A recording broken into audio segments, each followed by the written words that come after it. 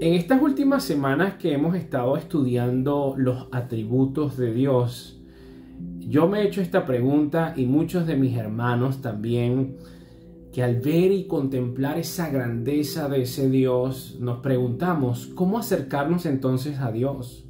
¿Cómo acercarnos a Él y poder tener un encuentro santo, desarrollando una actitud correcta?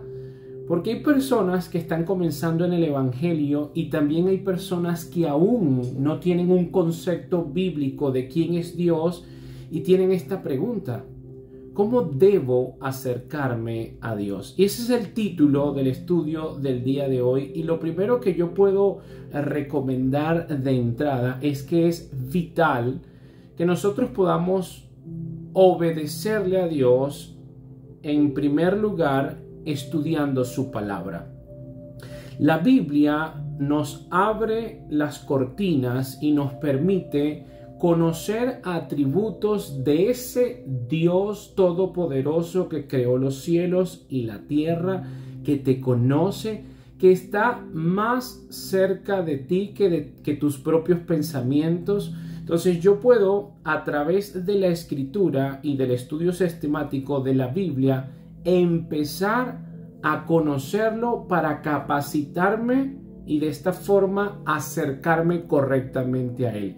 Si yo no estudio la escritura, corro un riesgo muy peligroso que lamentablemente lo están padeciendo en muchas iglesias y muchos hermanos y algunos que dicen que son hermanos, que es que se acercan a Dios movidos por emociones, movidos por sentimientos, rebajan la deidad de Dios como si fuera una persona común, corriente, como un amigo más, y no es así. En este video voy a compartir contigo por lo menos 3 características que debemos de ejercitar para acercarnos correctamente a Dios. En primer lugar, el temor a Dios. La Biblia dice en Proverbios 1:7, el principio de la sabiduría es el temor a Dios. Brevemente establecemos una distinción. No es lo mismo el miedo al temor. El miedo me aleja de Dios. El miedo me aleja de una persona. El temor es esa sensación de asombro, de respeto, de reverencia. Es esa admiración profunda que me da temor defraudarle. Y el principio de la sabiduría es reconocer que hay un Dios autoexistente, trascendente, eterno, omnisciente. Y cuando yo empiezo a tener conciencia de eso, que sé que Él me está observando, que sé que Él conoce mis pensamientos y las intenciones de mi corazón, ahí yo nace, germina la sabiduría en mi corazón. Desde el comienzo de la escritura hasta el final encontramos ejemplos del temor reverente. Vamos a Génesis 28, 16, 17. Despertó Jacob de su sueño y dijo: ciertamente el Señor está en este lugar y yo no lo sabía. Y tuvo miedo y dijo: cuán imponente es este lugar. Esto no es más que la casa de Dios, y esta es la puerta del cielo. Fíjate tú, Jacob tiene un sueño, y en este sueño reconoce a la deidad, reconoce su casa, pero la reacción, lo que experimentó fue temor. No fue, wow, qué alegría, qué chévere, qué fino. No, fue temor. Y fue temor al encontrarse con este Dios grande a través de este sueño, y él enseguida reconoce: qué imponente. Experimenté temor por lo que estoy viviendo. Segundo ejemplo, Génesis 18, 27. Y Abraham respondió y dijo: he aquí, ahora me he atrevido a hablar al Señor, yo que soy polvo y ceniza. Reconoce su pequeñez, con relación a la grandeza del Señor. Reconoce que Él es la palabra y que Él se atrevió a conversar con Él. Imagínate cuánto temor tenía Abraham, que hasta él duda y dice, wow, me atreví a conversar con Dios, yo que soy polvo y ceniza. Empezamos a notar el comportamiento de la Biblia y discernimos que es muy distinto al comportamiento de muchas personas que dicen que son cristianas. Y lamentablemente han denigrado ellos en su mente a la deidad. No lo logran, pero creen que Él es mi pana, que Él es mi amigo. Vamos a conseguir otro ejemplo del temor, y me quiero extender un poco en el temor porque es vital, es fundamental, es necesario para poder acercarme a Dios. Encontramos un ejemplo con Pedro. Y vamos a Lucas 5, del 4 en adelante. Cuando terminó de hablar, dijo a Simón: sal a la parte más profunda y echad vuestras redes para pescar. Respondiendo Simón dijo: Maestro, hemos estado trabajando toda la noche y no hemos pescado nada, pero porque tú lo pides, echaré las redes. Y cuando lo hicieron, encerraron una gran cantidad de peces, de modo que sus redes se rompían. Entonces hicieron señas a sus compañeros que estaban en la otra barca para que vinieran a ayudarlos, y vinieron y llenaron ambas barcas de tal manera que se hundían. Al ver esto, presta atención, Simón Pedro cayó a los pies de Jesús diciendo: apártate de mí, Señor, pues soy hombre pecador. Porque el asombro se había apoderado de él y de todos sus compañeros por la redada de peces que habían hecho. Y lo mismo le sucedió también a Jacobo y a Juan, hijos de Zebedeo, que eran socios de Simón. Y Jesús dijo a Simón: no temas, desde ahora serás pescador de hombres. Una de las formas maravillosas de aprender de la Biblia es tener ese contexto, recrear el escenario, hacernos preguntas. Y tú dices, bueno, están teniendo una pesca milagrosa, pero él no dijo: wow, maestro, llenamos las redes, qué bendición. No, él reconoció el poder del maestro. Él quizás pudo comprender que al principio dudó de lo que el maestro había recomendado. Y aquí nos identificamos tanto con Pedro. La Biblia nos deja mandamientos, imperativos, cosas que yo debo hacer. Y muchas veces no la hacemos porque estamos condicionados con todos nuestros sistemas de pensamientos, con nuestras estadísticas, y somos en muchos escenarios Pedro.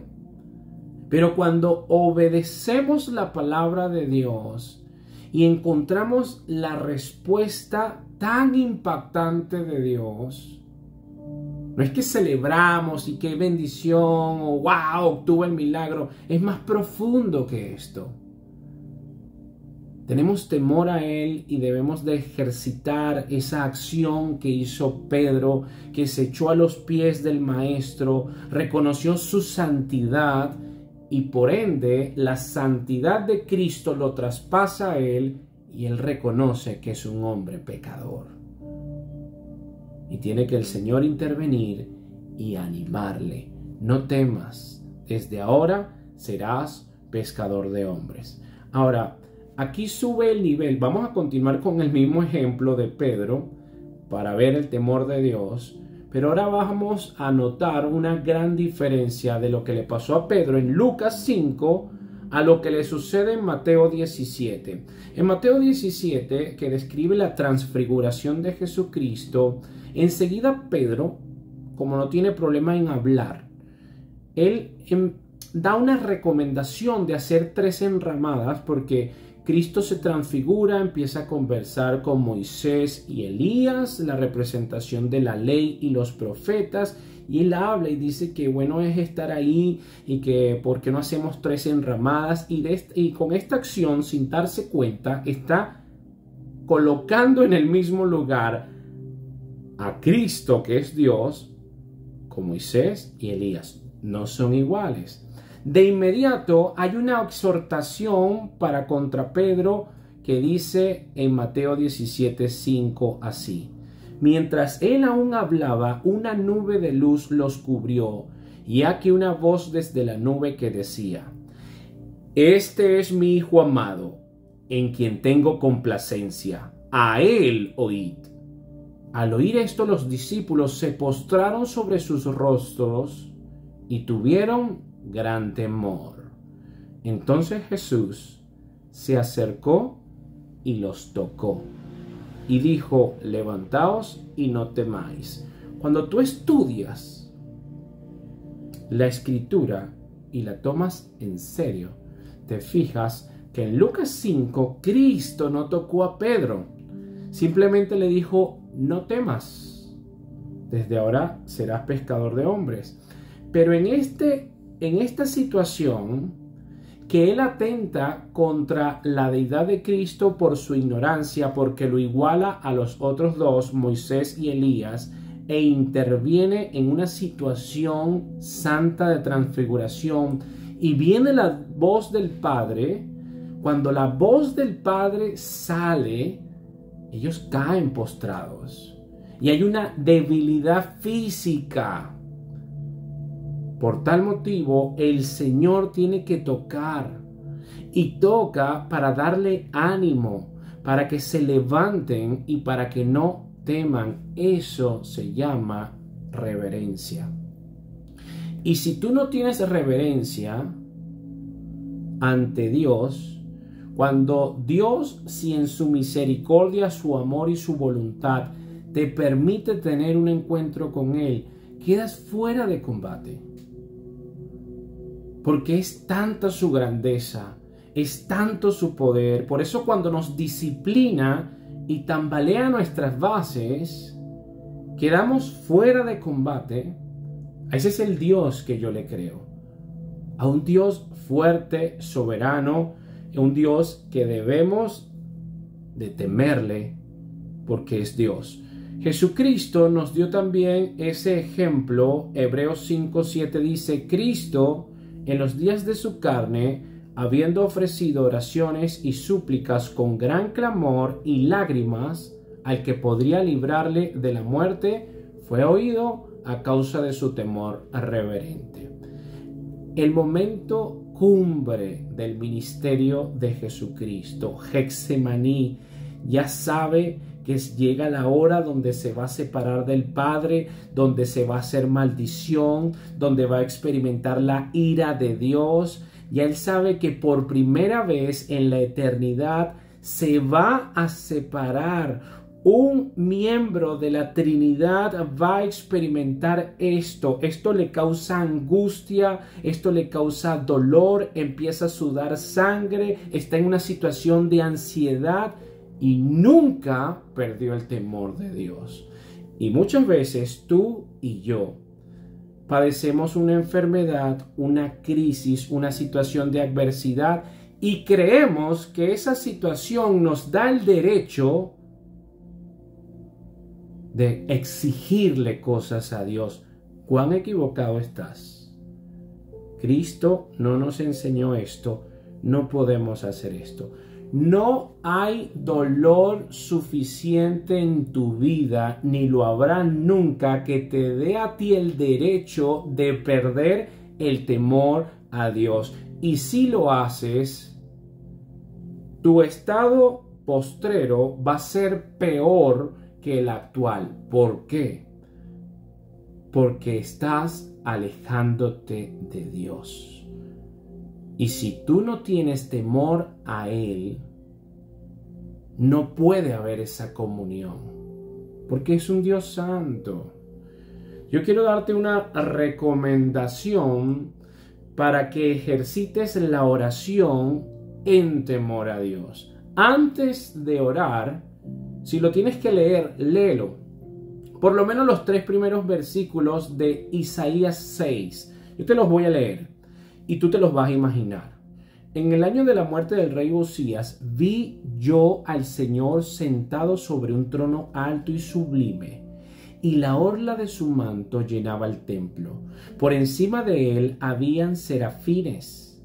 Cada uno tenía 6 alas. Con 2 cubrían sus rostros, con 2 cubrían sus pies, y con 2 volaban. Y el uno al otro daba voces diciendo: Santo, Santo, Santo. Voy a pararme aquí. Cuando tú estés experimentando cualquier situación, adversidad, lo que sea, antes de tú establecer una comunicación con Dios, medita, ya va. Déjame calmar mi mente, déjame calmar mi corazón, mis pensamientos, déjame hacer una respiración profunda, si es necesario voy a poner una música, déjame recordar lo que dice Isaías, el Señor está sentado en su trono. Hay serafines que se tapan su rostro y sus pies en reverencia y lo único que hacen es Santo, Santo, Santo. Yo me voy a comunicar con ese Dios. Calmo mi mente, calmo mis pensamientos y realizo la oración. Y realizo esa oración sabiendo que no importa el tamaño de mi conflicto, grande es Dios. Su voluntad es buena, es agradable, es perfecta. Yo voy a descansar en Él. Yo voy a limpiar mis heridas con su sangre, recordando su sacrificio, meditando en lo que Él ya me dio. Y empiezo a calmarme, a adueñarme de sus promesas, a crecer en el conocimiento verdadero, a leer la Biblia en voz alta. Es un proceso hermoso donde tú ejercitas el temor a Dios. Para acercarnos al Padre de una forma correcta, también debemos recuperar el sentido de ignorancia. Este es el segundo punto. El primer punto, tenemos que tener temor de Dios. El segundo punto, debemos de ejercitar, de recuperar el sentido de ignorancia. Y es que en el presente sabemos demasiado. Deberíamos tener entre nosotros una humildad que enmudezca ante la presencia del misterio inefable que es Dios. Por tal motivo, Cristo, cuando tú lees Mateo 6, nos empieza a desprogramar. Cuando Él habla de la limosna, de la oración, el ayuno, el dinero, la ansiedad, Él primero nos desprograma. Porque lo que sabes, lo sabes mal. Y no hagas esto, oíste que fue dicho, no os afanéis, y después nos enseña. Y en Mateo 18:3 dice, y dijo, en verdad os digo, que si no os convertís y os hacéis como niños, no entraréis en el reino de los cielos. ¿Y cuál es esa característica del niño? Que el niño sabe poco, que el niño lo cree, que el niño quiere aprender. Entonces el niño depende. Tenemos que recuperar ese sentido de ignorancia. Tenemos demasiada información en nuestra cabeza que interviene al momento de intentar acercarnos con Dios. Mira cómo lo dice Pablo, 1 Corintios 8:2. Si alguno cree que sabe algo, no ha aprendido todavía como debe de saber. Es que esto es verdad. La persona que se imagina que posee conocimiento y lo acumula y lo ha perfeccionado por algún tiempo, corre el peligro de pensar que lo sabe todo. Y si lo sabe todo, ¿para qué se acerca a Dios? Quizás él piensa sin darse cuenta que es Dios. Necesitamos recobrar el sentido de ignorancia para acercarnos a Dios. Ese Dios omnisciente que sí lo sabe todo. Primera de Corintios 3:18. Nadie se engaña a sí mismo. Si alguno de vosotros se cree sabio, según este mundo, hágase necio a fin de llegar a ser sabio. Gálatas 6:3. Porque si alguno se cree que es algo, no siendo nada, se engaña a sí mismo. Yo tengo que acercarme a Dios. Señor, yo reconozco mi debilidad. Yo reconozco mi pensamiento finito. Señor, yo delante de ti soy un ignorante. Qué bendición es acercarme a ti sabiendo que tú eres un Dios omnisciente. Quiero refugiarme a ti, en ti, Señor. Quiero que a través de tu palabra tú guíes mis pasos. Quiero depender más de ti. Quiero limpiar mi mente. Ayúdame a no permitir que mi mente se adapte al mundo, sino que la quiero transformar. Solamente tú puedes ayudarme a hacer esto, a renovar ese entendimiento. ¡Qué bendición es recuperar el sentido de ignorancia! Finalmente, para acercarnos al Padre de una forma correcta, necesitamos, óigase bien, ejercitar la debilidad. Y suena paradójico, suena quizás incongruente. ¿Cómo ejercitar la debilidad si ejercitamos para hacernos fuertes? Bueno, la propuesta de Dios es totalmente opuesta a la propuesta del mundo. Vamos a leer Daniel 10, del 15 al 17.